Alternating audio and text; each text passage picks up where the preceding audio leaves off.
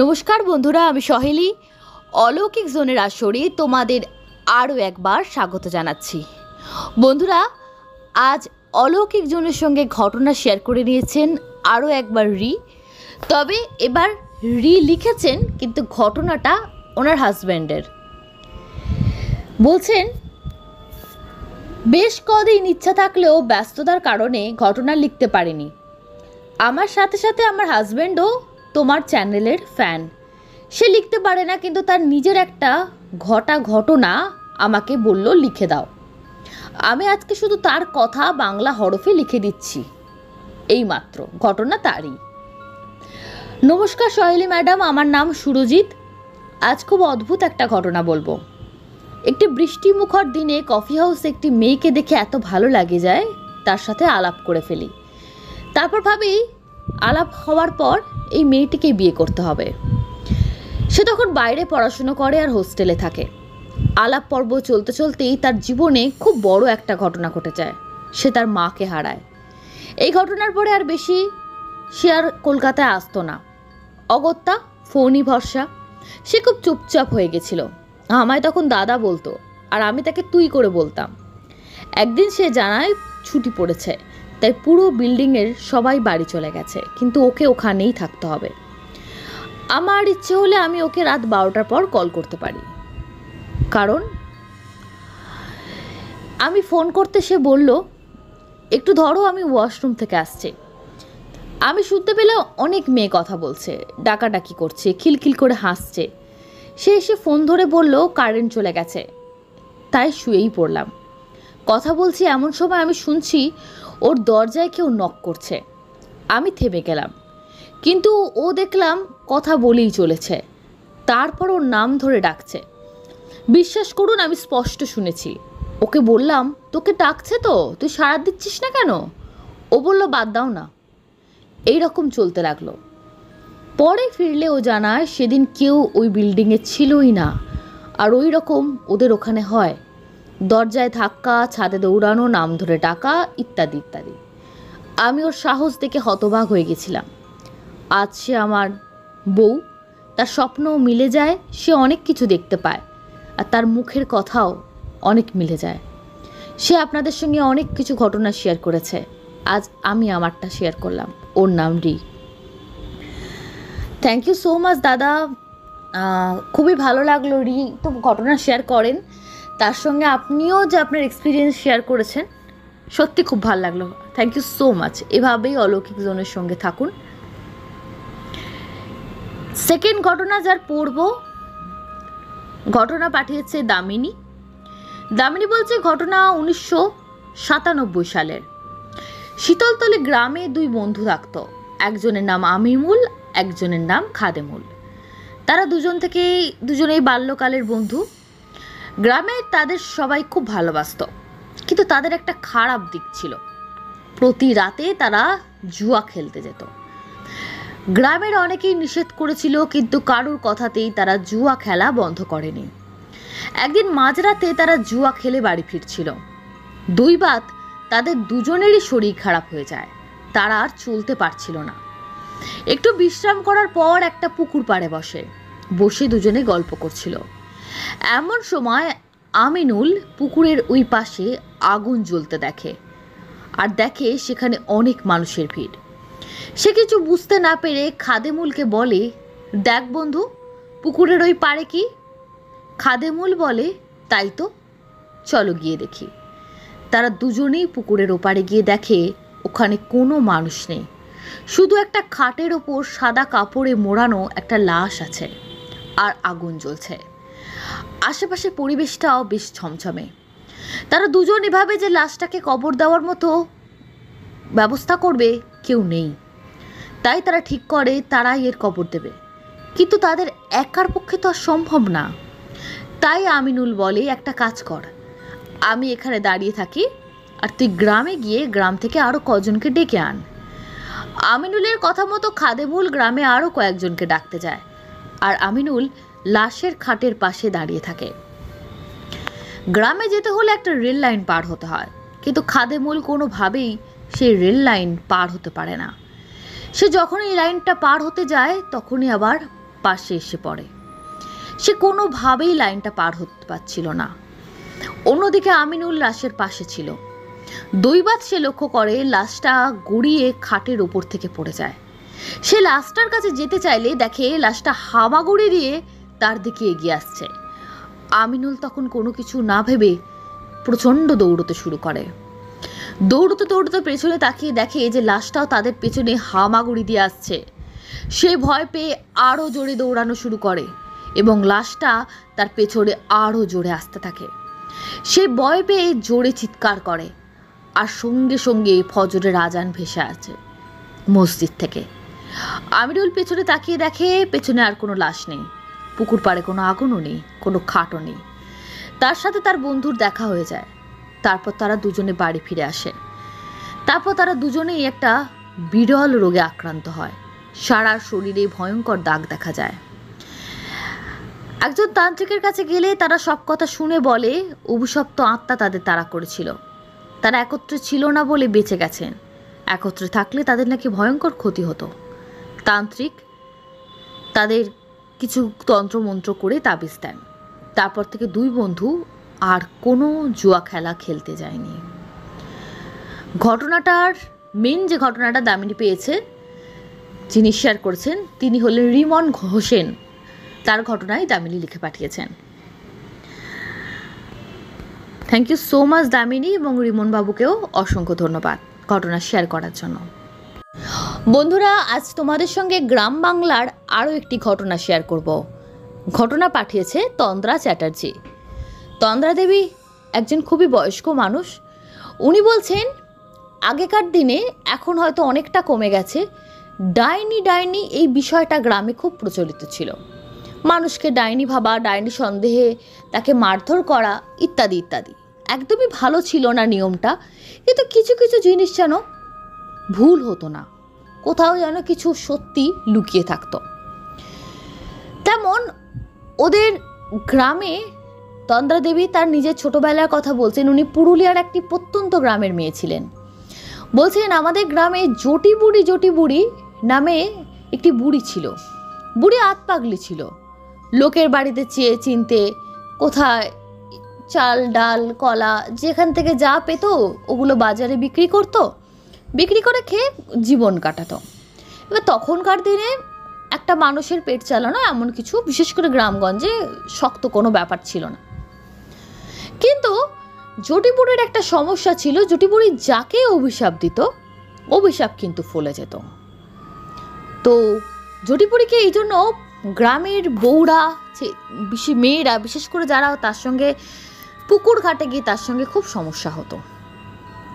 পুকুর ঘাটে গিয়ে জটিবুড়ি ভীষণ নোংরাভাবে, তার একটা চালা ঘর ছিল সেখানে থাকতো, ভীষণ নোংরাভাবে থাকতো, অপরিষ্কার। সে যখন পুকুর ঘাটে আসতো, পুকুর ঘাটে জল ব্যবহার করতে, স্নান করতে হোক, জল নিতে, সবাই বলতো যে তুমি শেষে করো, আমাদের আগে সারা হয়ে যাক, আমরা চলে যাই, তুমি শেষে করো। তো এই বিষয়টি নিয়ে পাড়ার বউ মেয়েদের সঙ্গে তার নিত্য অশান্তি। তার বক্তব্য ছিল আমি কেন পরে, তোমাদের সঙ্গে নই কেন, তোমাদের সবার সঙ্গে কোনো সমস্যা হয় না, আমি এলে তোমরা এত বিরক্ত করো কেন। আবার লোকে কিন্তু একদিকে ওকে ভয়ও পেত। একদিন হারানের মাকে বলেছিল তুই এই করছিস তো, পেয়ারার ডাল থেকে তো ছেলে পড়ে গিয়ে পা ভাঙবে। এত কোনো গাছ থাকতে পেয়ারা গাছে ওর ছেলেটি বেশি উঠত। পেয়ারা গাছ থেকে সত্যি সত্যি তার ছেলে পড়ে গিয়ে হাত ভাঙে। একজনকে বলেছিল তোমার স্বামী মুখে রক্ত উঠে মারা যাবে, তো তার তাই হয়েছিল।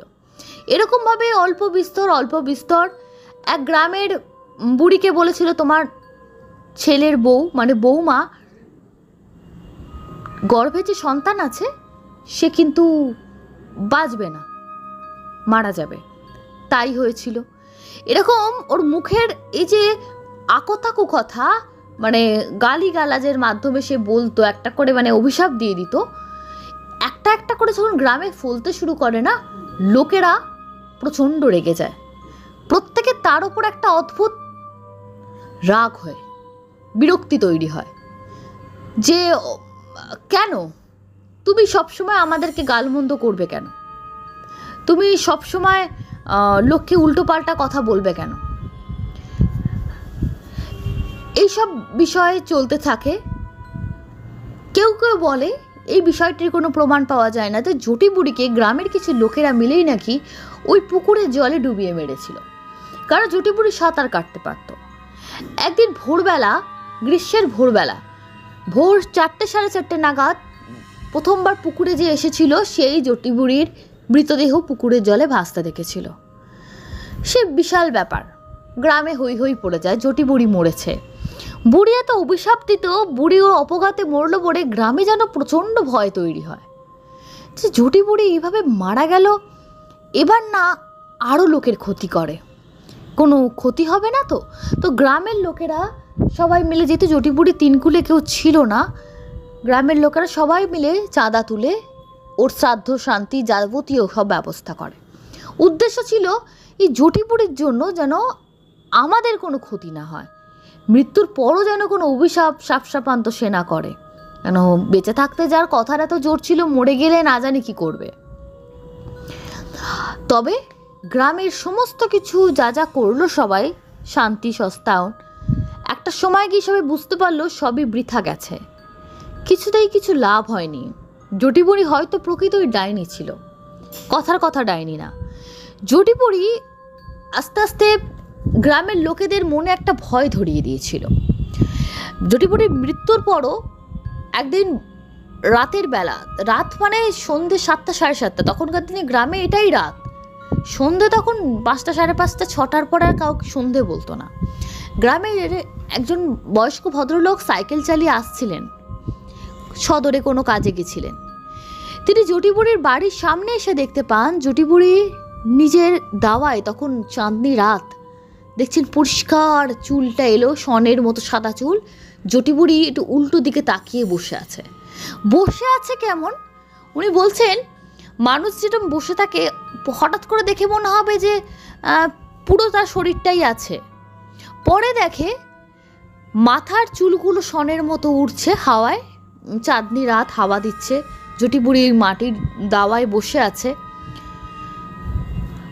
একটা বিধবার ময়লা থান শরীরে, অবশ্যই ব্লাউজ বা পেটিকোট তখনকার দিনে বুড়িরা পরিধান করতেন না, কিন্তু শরীরটা তার পেট অবধি, মানে কোমরের পর থেকে নিচের জায়গাটা নেই। মানে কোনো পুতুলকে ভেঙে, যদি আমরা ছোট ছোট বাচ্চা যে পুতুল ভেঙে ফেলে, পা হাত পা খুলে দিলে সেটাকে বসিয়ে রাখলে যেরকম হয়, অনেকটা সেইটুকু, মানে না তার পা আছে না হাত পরিষ্কারভাবে বোঝা যাচ্ছে, শুধু শুধু শরীরের ওইটুকু অংশ। দূর থেকে তো মনে হচ্ছিল বুড়ি বসে আছে, আরেকটু কাছে এসে দেখছি শরীরের ওইটুকু অংশ মাটির দাওয়ায় যেন কেউ মানে আঠা দিয়ে আটকে আছে, বা ওইটুকুই মাটিতে লেগে আছে। এবং লোকটা যখন, এবং বুড়ির চোখের ভাষা স্থির, তবে চোখগুলো খুব বড় বড় লাগছে, মানে পুরো মুখের থেকে চোখটা যেন ঠিকরে বেরিয়ে আসছে, ভয়ঙ্কর তার চেহারা। ভদ্রলোক সাইকেল নিয়ে ওখানেই পড়ে যান এবং তারপর ওরে বাবারে রাম রাম রাম রাম বলতে বলতে জায়গা থেকে চলে যান। তারপর গ্রামের লোকেরা মশাল টোশাল নিয়ে আসে, এসে দেখে যে এ তো মহা মুশকিল, ভয় পেয়েছে, তার মানে নিশ্চয়ই আরও কেউ কেউ কিছু না কিছু দেখবে। তখন গ্রামের কিছু বাচ্চা ছেলেরা বলে হ্যাঁ আমরাও কিছু আওয়াজ শুনেছি, কিন্তু কোনো প্রমাণ তারা দিতে পারে না।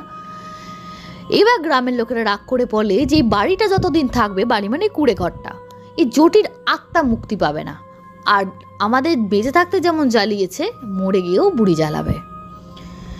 জটি বুড়ি জলে ডুবে মারা গেছিল না জলে তাকে নিয়ে গিয়ে কেউ খুন করেছিল, এ বিষয়ে কিন্তু কোনো প্রমাণ নেই। তখনকার দিনে অত পুলিশ কেস অত কিছু, তো আজ থেকে বহু বছর আগের কথা, আর অত প্রত্যন্ত গ্রামে না এত কিছু হতো না, তো সেভাবে সুতরাং কোনো প্রমাণ করা যায়নি, আর ওর হয়ে কেস কেই বা করবে।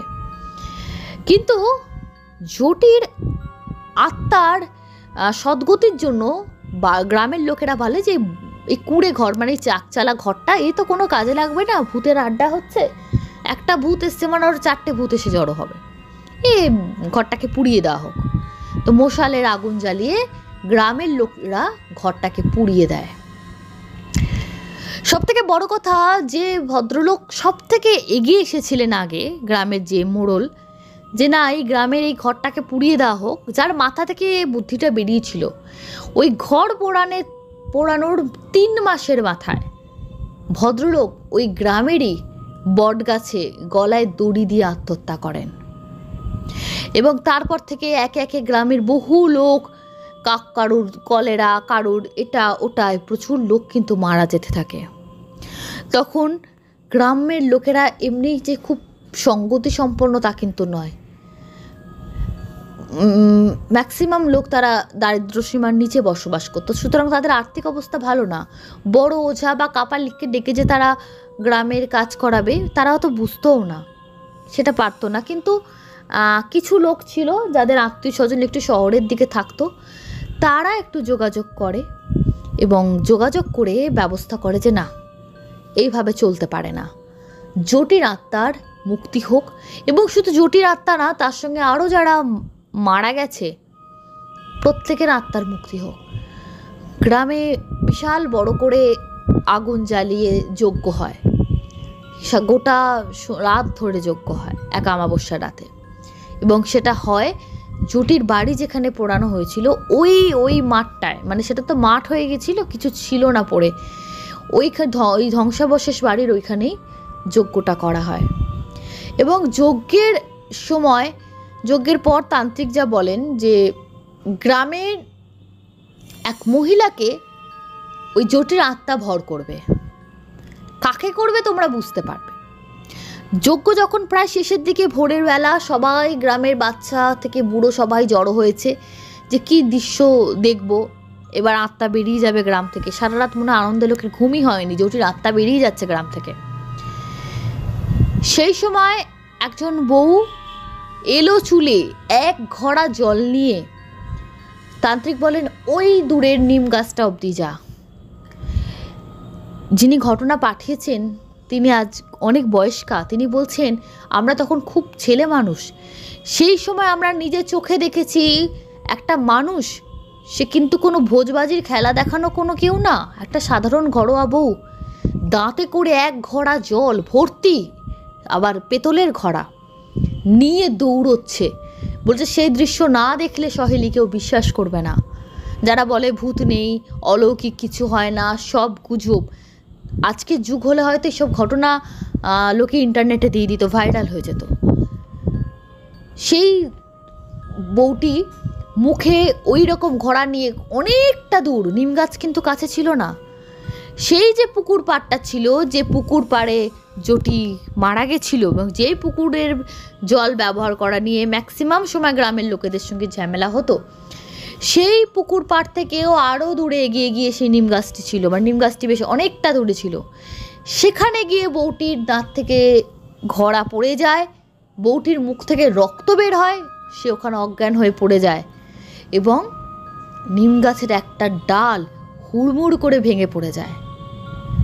তারপর থেকে আজ অবধি এত বছর হয়ে গেছে, গাছটি আসছে, ওই গাছে আর একদম পাখি বসে না, কোনো সময় কোনো পাখি এসে বসে না। উড়ে যায় না বলা যায় না, ওর ওপর দিয়ে উড়ে যায়, কিন্তু পাখি বসে না, কোনো বাসা নেই। গ্রামটা আজও খুব সুন্দর, সবুজ সুন্দর একটা গ্রাম, কিন্তু বলছে সেই যেন মনে হয় গাছটাকে জ্বালিয়ে দিয়েছিল এরকম মনে হয়, কিন্তু কেউ গাছটা জ্বালিয়ে দেয়নি। গাছের সুন্দর যে নিম গাছ হয়, গাছের রূপটাই যেন পাল্টে গেছিল, সারা বছর যেন পাতা ঝরে যেত, একটা ন্যাড়া ন্যাড়া কীরকম একটা অদ্ভুত হয়ে গেছিল। বউটি পরে ভালো হয়ে যায়, অনেক দিন বউটির গায়ে জ্বর ছিল, তান্ত্রিক কিছু কবচ দিয়ে গেছিল, বউটি ভালো হয়ে যায়। কিন্তু গ্রামের লোকেরা ওই সমস্যা থেকে মুক্তি পেয়ে যায় সারা জীবনের জন্য। তো ওই জলটা ফেলার আগে যখন দাঁত দিয়ে জলটা নিয়ে এসে যাচ্ছে, তান্ত্রিক যখন বলছে তুই জলটা নিয়ে যা, সেই সময় জটি বলেছিল গ্রামে কাউকে বাঁচতে দেব না, আমাকে যেভাবে মেরেছে আমি তাদেরকেও ভাবে মারবো, আর আমার ঘর কেন তোরা পোড়ালি, আমাকে মারলি। সে বউটার মুখ দিয়ে এসে আত্মা বলছিল।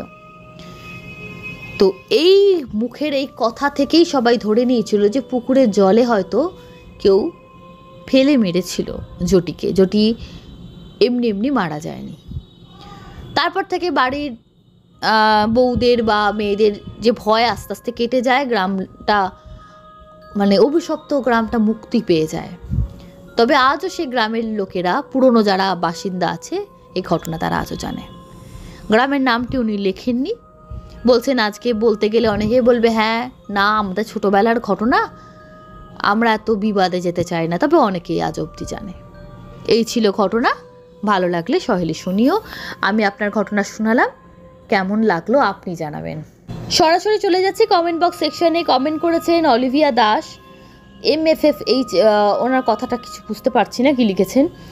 অঙ্কিতা চক্রবর্তী লিখছেন ফার্স্ট ঘটনাটা আমার সাথে হলে আমি সেন্সলেস হয়ে যেতাম। তুমি না, আমরা সবাই এই ঘটনা চোখের সামনে দেখে আবার মানে ঠিক করা যে কি করব, ওই দিকে যাব না পেছন দিকে এগিয়ে যাব, মানে বিশাল মনের জোর চাই।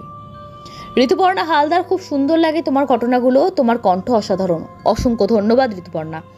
শ্রাবণী বাগচি, ফার্স্টে ঘটনাটা শুনে বলি যে আমি ওইরকম দেখলে ফিল করার মতন টাইম পাবো না, তার আগেই হয়তো সেন্সলেস হয়ে যাব। সবারই একই কথা, আমি তোমাদের দলে আমিও আছি।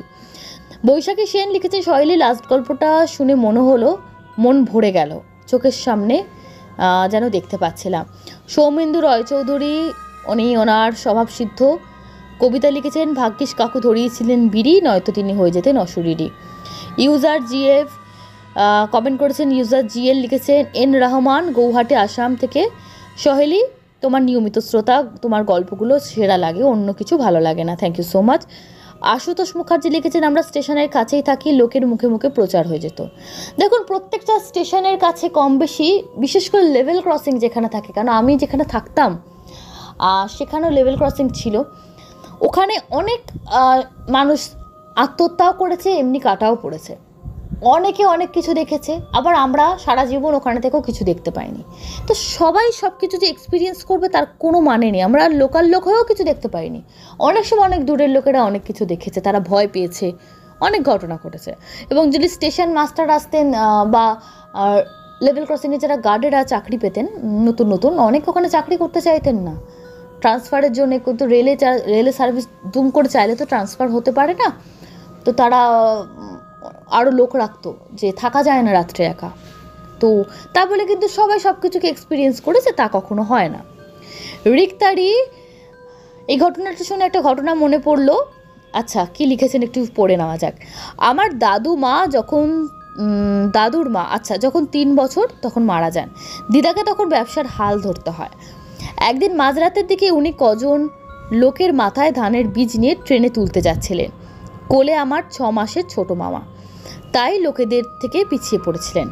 হঠাৎ দেখেন সামনে একটা বউ যাচ্ছে, ওরাও লাইন ধরে যাচ্ছিল। আমার দিদা খুব বিরক্ত হলো, তাকে ক্রস করতে পারছিলেন না। হঠাৎ একজন দিদার হাত ধরে ঝাঁকুনি দেয়।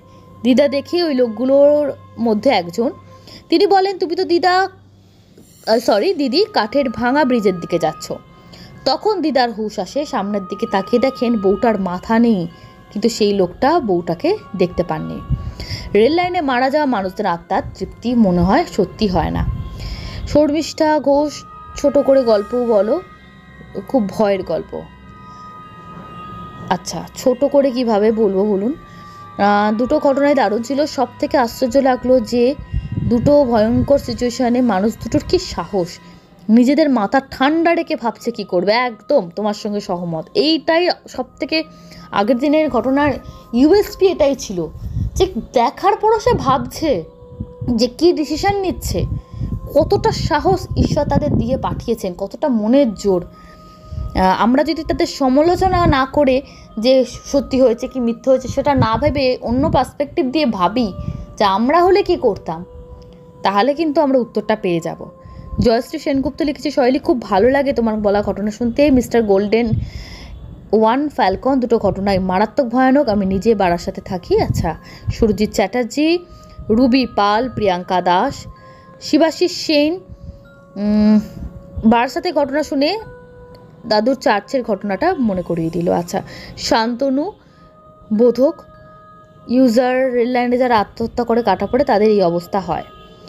সুদীপ মান্ডা লিখেছেন দিদি একটা কাচ্চা কালুয়ার গল্প দাও। দেখুন, কাচ্চা কালুয়ার গল্প তো ওইভাবে আমি দিই না, ঘটনা যদি আসে অবশ্যই ঘটনা পাঠ করা হবে।